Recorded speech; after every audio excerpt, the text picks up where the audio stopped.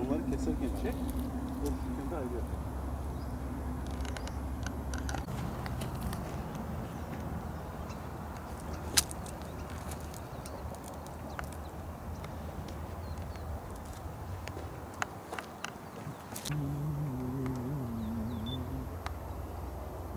Hasan abi bu sene yok ya. Yukarı tarafları soğuk değil de bizde bir şey yok şükür. Şu üstüne de yağmur yağdı. Biraz onun şeyi oldu yani etkisi oldu. %10 oranında sanki yapraklarda solma. Ondan dolayı biraz soğukların da biraz etkisi oldu yani.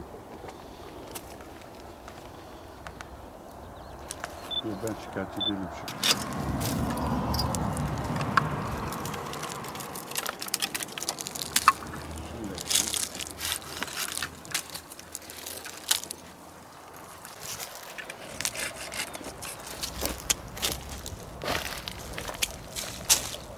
Hasan abi, sen fıstıkları ne yapacaksın?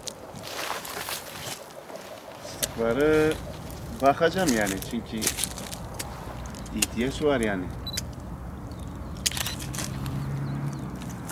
Ama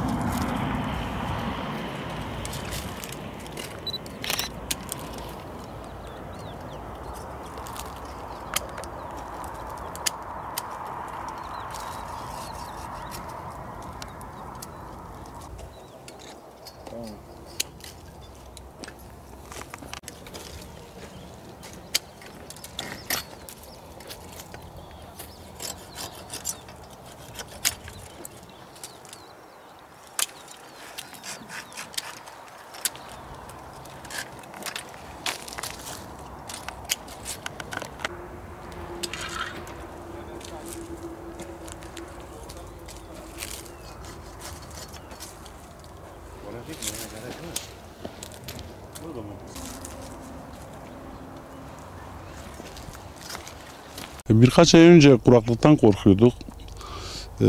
Allah Teala bize yağmur yağış gönderdi. Onunla beraber soğuk da gönderdi. Antep'in etrafında bir de bizim Nizip ve Dağ köylerine çok yansımadı yani %10 oranında. Sanki Antep'te Araban, ondan sonra Adıyaman'da Besni, Adıyaman'ın bazı ilçeleri de böyle zirai don etkiledi. Bizde az oranında yani yok denebilecek derecede. Antep'in iklimi biraz daha sıcak olduğu için, fıstığa uygun olduğu için biz çok fazla etkilemedi şahsen. Çok da zarar etkilemedi. Bizde bir şey yok diyebiliriz yani. %10 oranında, %90 oranında da iyiyiz şükür. Fıstıklarımız iyi. Şöyle diyebiliriz. Kışın ortasında sanki biraz baharı yaşadık. Ama baharda da kışı yaşamış gibi olduk. Sanki biraz don evet oldu ama Adıyaman, Malatya çevreleri biraz dolu filan yağmış. Orada büyük bir zarar var.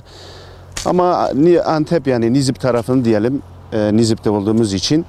Yani çok şükür fazla bir zarar yok. Tabii buna da takdir ilahi yani şükretmek lazım. Yani biz buna da şükrediyoruz. Hamdolsun yani gene de fazla bir etki yok yani ama gene de bazı yerleri biraz etkiledi. O da illaki olacak yani dediğim gibi takdir ilahi yani.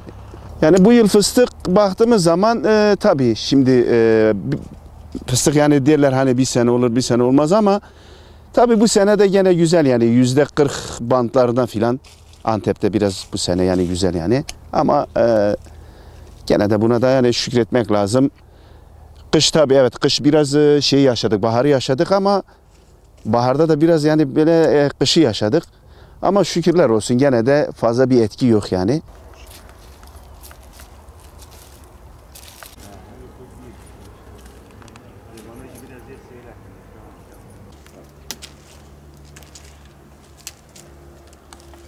Kesmek o dal sanki biraz yaşlı ha.